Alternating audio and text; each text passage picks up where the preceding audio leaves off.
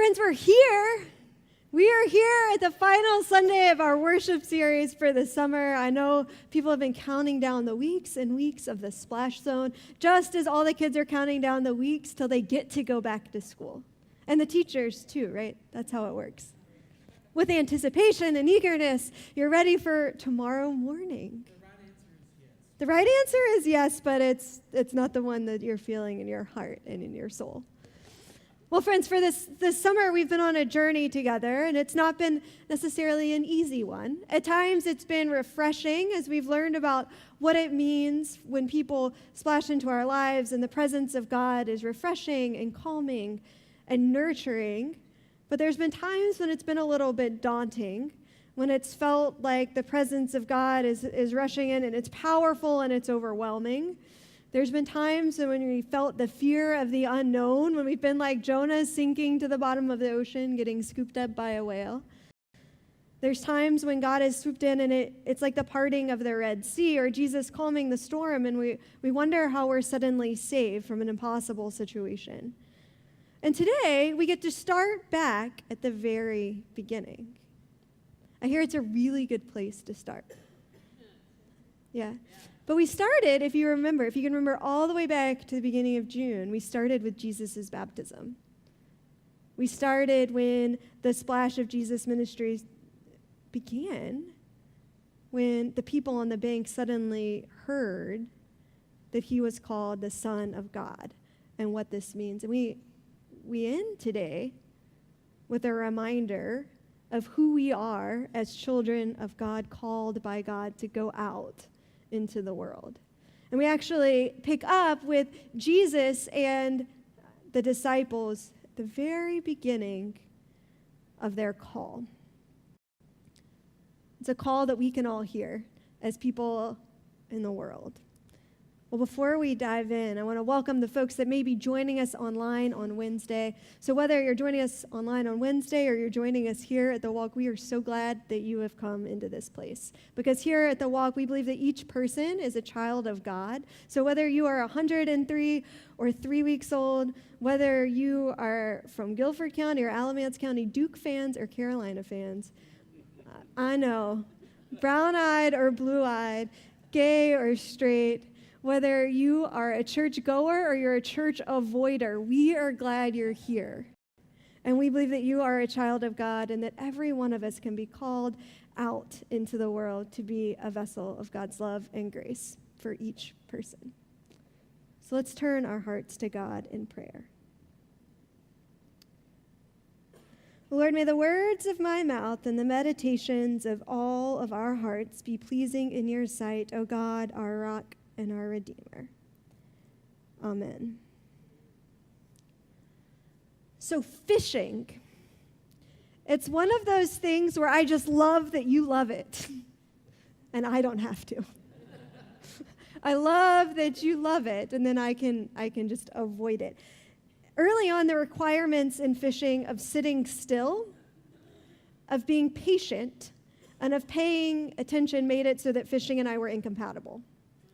We just didn't go together. Then one day, somehow, my dad talked me into it. There was most likely a reward at the end of sitting out at the pond at my grandparents' house.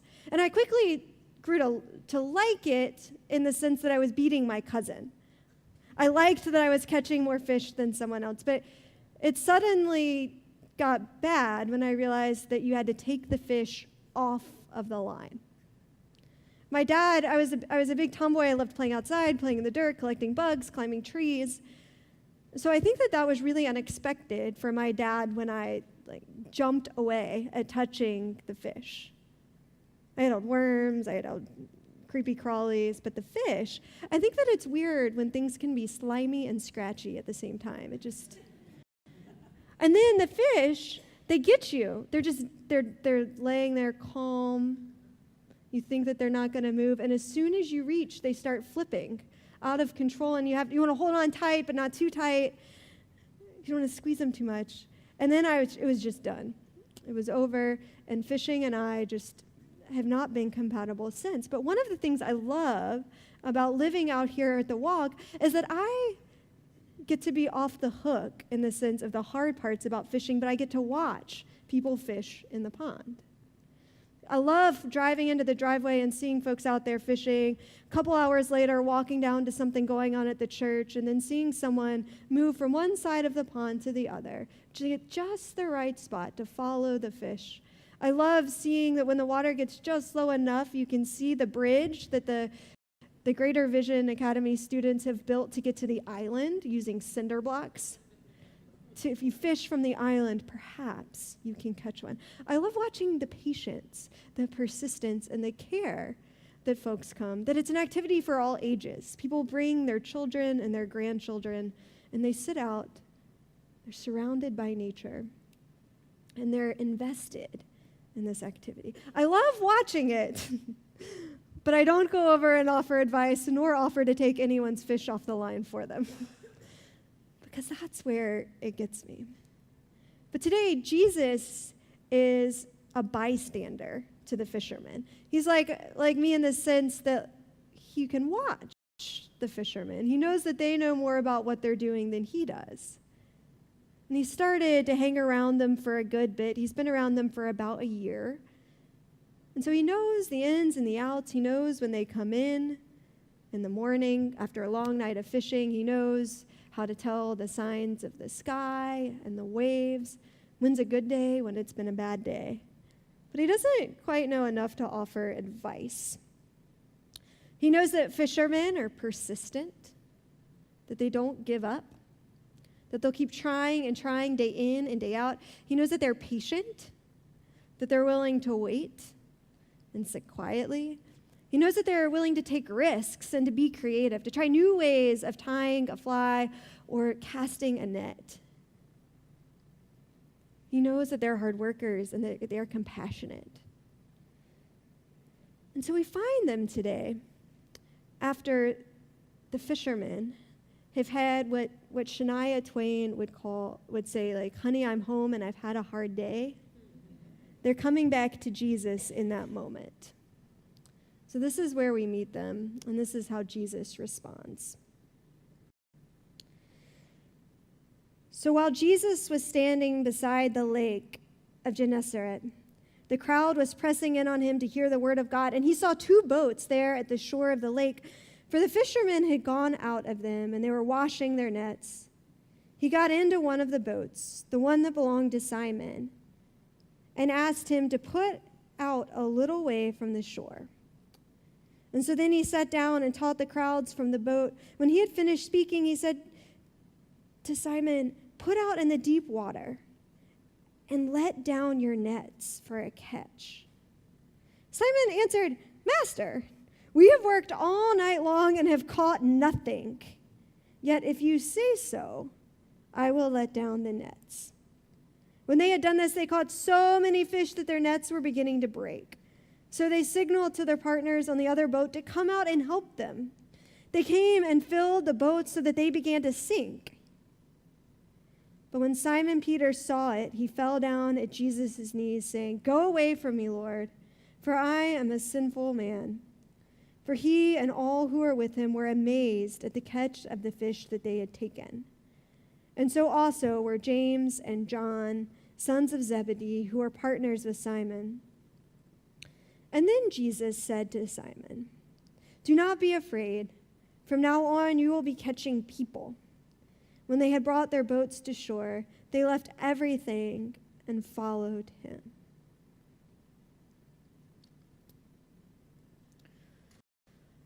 So a terrible night of fishing, plus a carpenter offering unsolicited advice about fishing, does not necessarily equal a glorious outcome.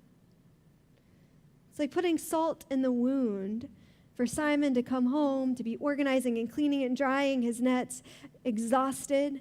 He's out of patience. His persistence has run dry. He's not thinking creatively or willing to take more risks.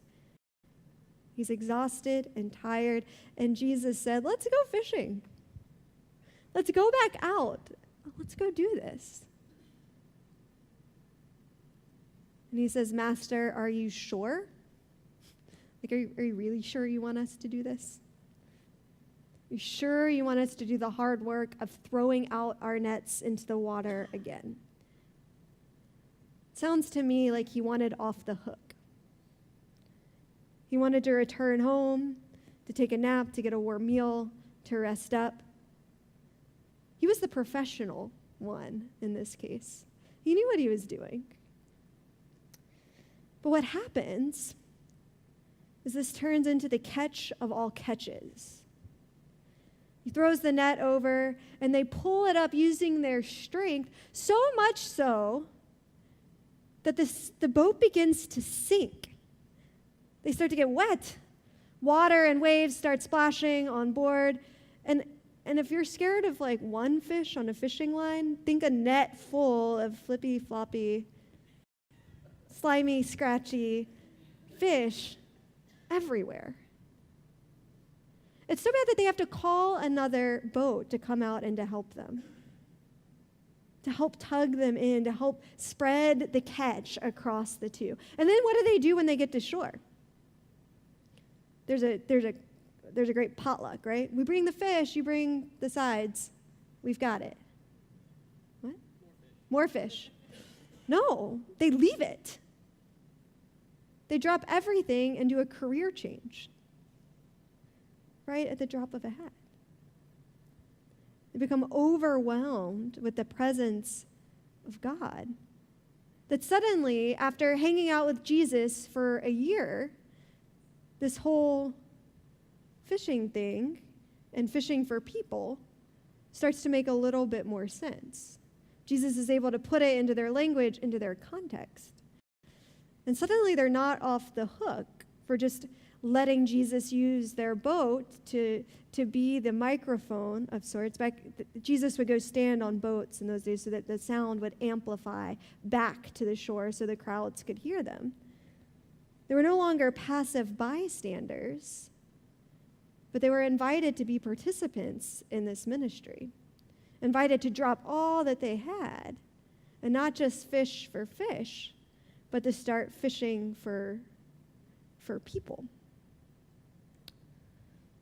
Well, today, Ashley and the rest of us made a commitment that we're not going to get off of the hook of following Christ and of supporting one another in this ministry, in this call.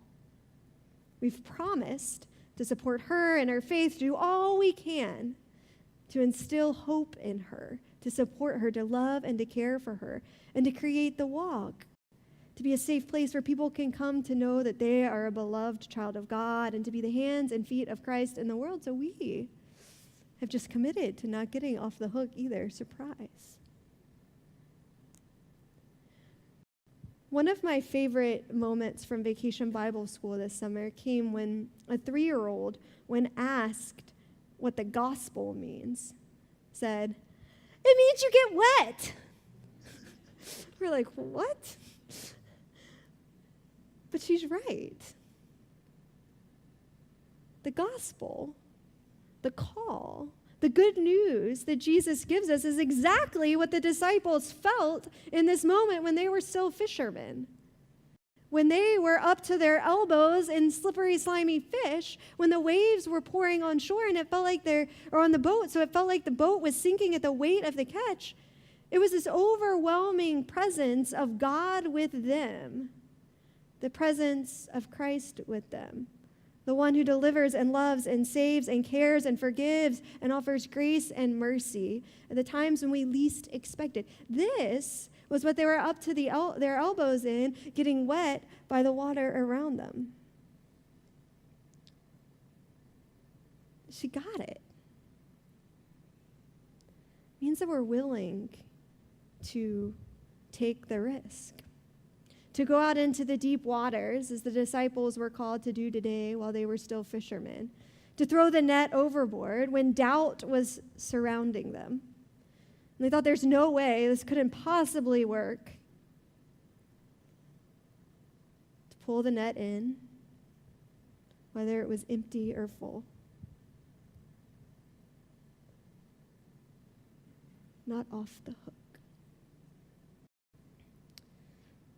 So friends, as a community of faith, as people who are called by God, as people who are sent out into the world to make a splash in people's lives, we have to remember that this work calls us to get wet.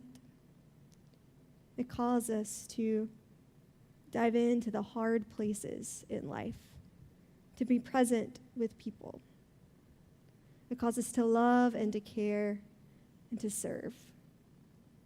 It calls us to not just let go and get off the hook when someone gets in a sticky or slimy or scratchy place in life, but to stay present, even though it feels like they're sinking, to support them and care for them and love them.